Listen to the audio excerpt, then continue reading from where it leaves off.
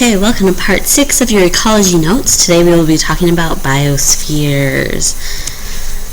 Alright, learning target we'll hit with this one, number 19, describe how the sun's energy causes global climate patterns and leads to a variety of biomes.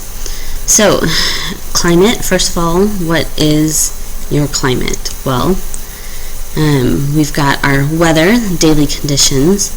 Climate is going to be your average conditions. So here in Missouri, our daily conditions can vary greatly, but climate is going to be the average conditions throughout the year. Okay, temperature, precipitation, those are all things that are included and looked at when we're talking about climate, well, and weather as well. Okay, so greenhouse effect does have an effect on the climate. We talked a little bit about this in our last section of notes. Okay, there are gases in the atmosphere. It's good. It's what allows us to breathe. It's what allows plants to go through photosynthesis. It's what allows for life. Okay, however, you do need to be aware. Let me get my pen out here. Okay, you do need to be aware of the fact that those gases are going to kind of trap energy, and to a certain extent that's really good because that's what keeps our Earth, in a habitable range, a good temperature. But if we get too much, if you look here, if we're getting an increase, then we're going to be trapping more and more light, so there's a balance. Okay, so some examples of the gases: CO2, CH4, H2O. Yes, H2O is a greenhouse gas. Greenhouse gas just means something that's going to, it's going to bounce energy back down into the Earth.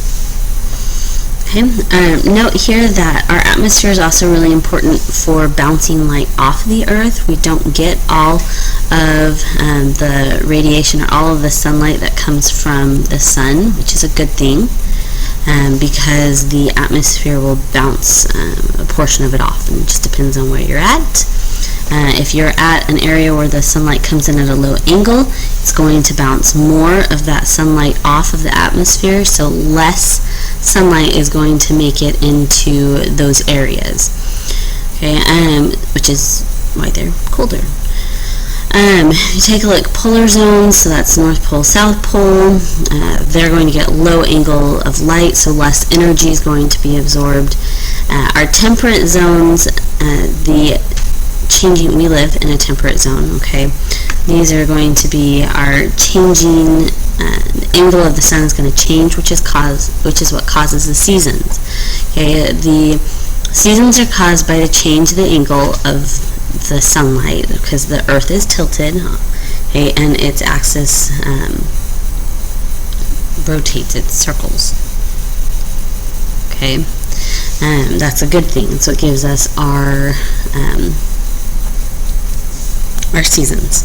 Okay, now along the equator, where the sun's going to strike most directly, the sun's going to be most constant, so you're going to be able to have, you're going to find warmer temperatures, and if there's good climate, you're going to find lots and lots of life. Okay, so heat transport, there's an unequal heating of the Earth. We just talked about the angles of the sunlight. Okay, so water is going to be heated more down here towards the equator than it is up here in the north or down here in the south poles. Okay, so air is also something to consider. Air is going to be heated unequally. Down towards the equator, it's going to be heated up more. As that air is heated in the equator, it's going to move up, because warm air rises. As it rises up, it's going to be cooled. As it starts to cool, it's going to fall back down. As it falls back down, it's going to warm up, and as it warms up, it's going to go up, so we get these air currents. Okay, these air currents will create prevailing winds, which is why we can predict certain weather patterns, because we have these patterns of the wind. Also creates ocean currents, which are really important for cycling nutrients. This is part of the problem with heating up the planet, is now we're heating more water up here, and up here we're changing the currents. Think of The Day After Tomorrow. If you've not seen that movie, I would recommend you go see it. Okay, so climate, land masses can also affect the climate.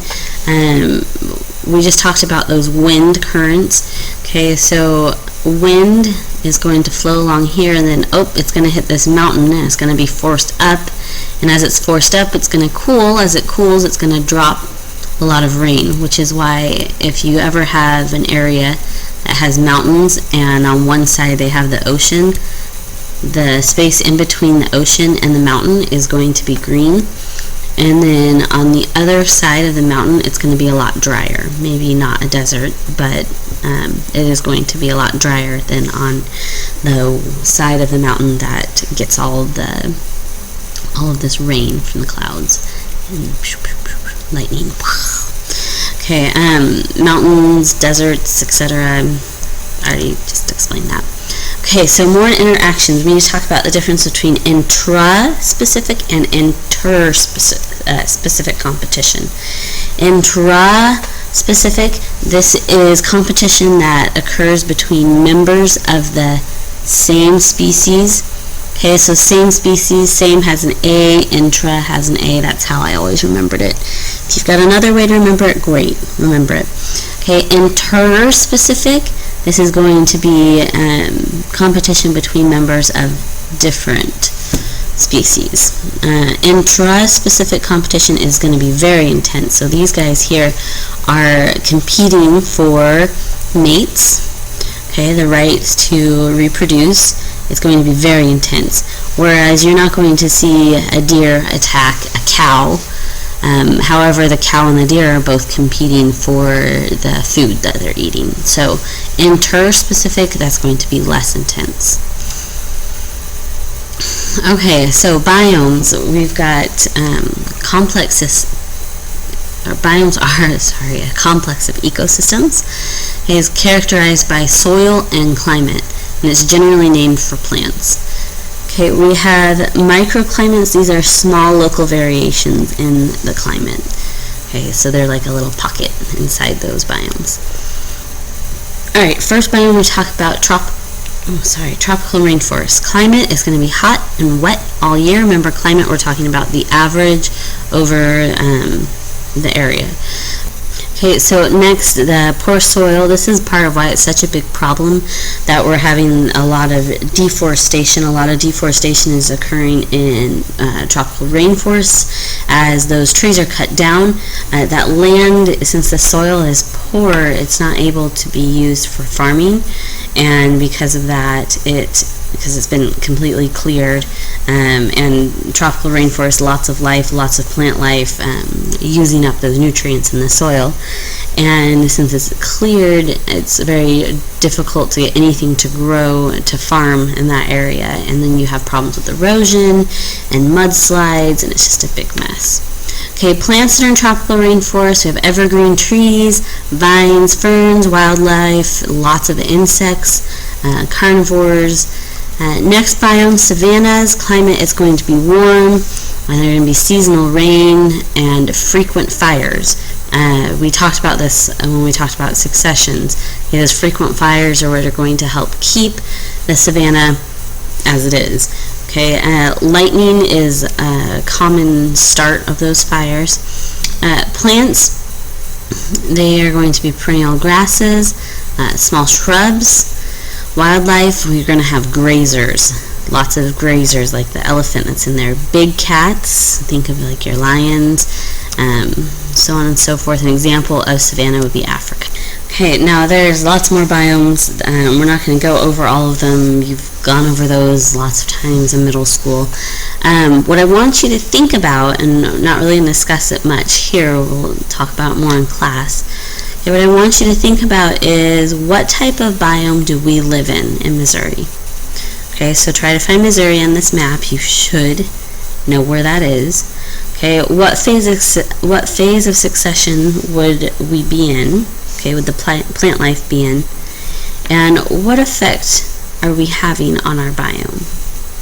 Okay, so think about those, answer those questions, and bring them up in class. We'll talk about them. Okay, and that is it. We will see you part 7 of your notes. Okay, hasta luego.